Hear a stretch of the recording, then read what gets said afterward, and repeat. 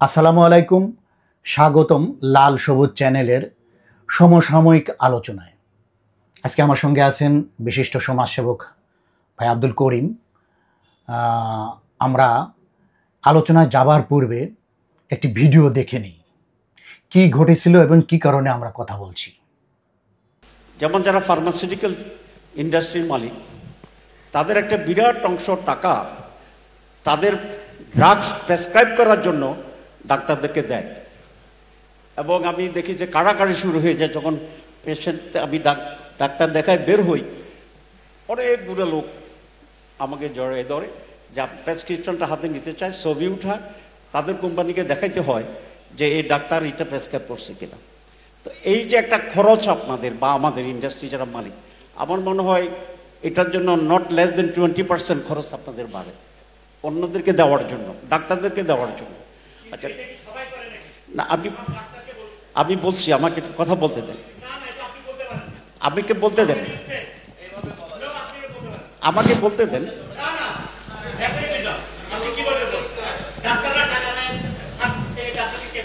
Excuse me, একটু আপনি একটু, আমি কথা শেষ করি নাই, আমি শেষ করি নাই। আচ্ছা, শেষ করি নাই।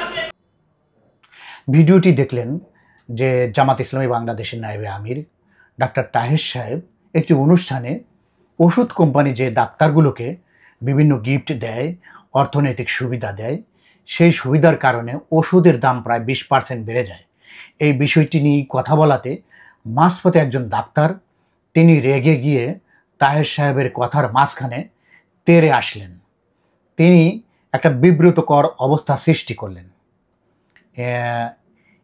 তার এই আচরণ কি ঠিক ছিল কিনা? করিম ভাই। বিসমিল্লাহির রহমানির রহিম। আসসালামু আলাইকুম। আমি গতকাল এক ভদ্রলোকের একটি ভিডিও দেখলাম। সেখানে দেখলাম সে ডাক্তার ওষুধ কোম্পানির সম্বন্ধে কিছু বলছেন। হঠাৎ একটি ডাক্তার রেগে তাকে কিছু বললেন, রাগান্বিত হয়ে কিছু বললেন। সে তো ভালোই বলেছিলেন ওষুধ কোম্পানি সম্বন্ধে, আপনি তো রাগ হলেন কেন? আপনি কি কখনো কিছু নেন না? কোনো গিফট নেন না? যদি না নিয়ে থাকেন ধন্যবাদ আপনাকে, আপনার মতো ডাক্তারই আমরা খুঁজছি। একটি ছন্দ না বললেই হয় না, সেটা হচ্ছে যেমন ওষুধ ছাড়া কোনো রোগী বাঁচে না, তেমনি ওষুধ কোম্পানি ছাড়া কোনো ডাক্তার বাঁচে না। একটি ডাক্তারের জীবনে সামাজিক, অর্থনৈতিক, ধার্মিক, পারিবারিক সকল ক্ষেত্রেই ওষুধ কোম্পানি সব কিছু দিয়ে থাকেন। দেখেন, রমজান মাসে খেজুর, তসবি, আতর, জায়নামাজ, সাথে ওমরা সব কিছু করিয়ে দিয়ে থাকেন কোম্পানি। আপনি কি করছেন? আপনার পারিবারিক জীবনে সাবান, শ্যাম্পু, আপনার হলুদ মরিচ থেকে শুরু করে সমস্ত কিছু কোম্পানি দিয়ে থাকেন, তাই না? আপনি তো নিচ্ছেন, আপনার সিল, প্যাড সব কিছু কোম্পানি দিয়ে থাকেন। আপনি একটি বিল্ডিং তৈরি করবেন, আপনি কি করছেন? কোম্পানি থেকে টাকা নিচ্ছেন, সাথে রোগীদের ভিজিট বাড়িয়ে দিচ্ছেন, তাই না? আপনি দামি দামি ফ্ল্যাটে থাকছেন, এত টাকা কোথায় পেলেন আপনি, তাই না? ভদ্রলোক তো ভালোই বলেছিলেন। যদি এমনও দেখা যায় অনেক কোম্পানি বাৎসরিক প্রায় 100 কোটি টাকা এই ডাক্তারদের পিছনে খরচ করে থাকেন। আপনি ডাক্তারদের পিছনে না খরচ করে ওষুধের দাম কমিয়ে দেন, আমাদের দেশের জনগণ উপকৃত হবে, তাই না? সুন্দর বলেছেন। মূলত আমরা এই কথাটি তুলে ধরার জন্য খুব সীমিত সময় নিয়ে এই আলোচনাটি তুলে ধরলাম যে একটা অনুষ্ঠানের মাঝে একজন বক্তব্য দেওয়াকালীন অবস্থায় আপনি যেই নাটকটা করলেন, এমন ভাবটা দেখালেন যেন আপনারা ওষুধ কোম্পানির কাছ থেকে কোনো সুবিধাই গ্রহণ করেন নাই।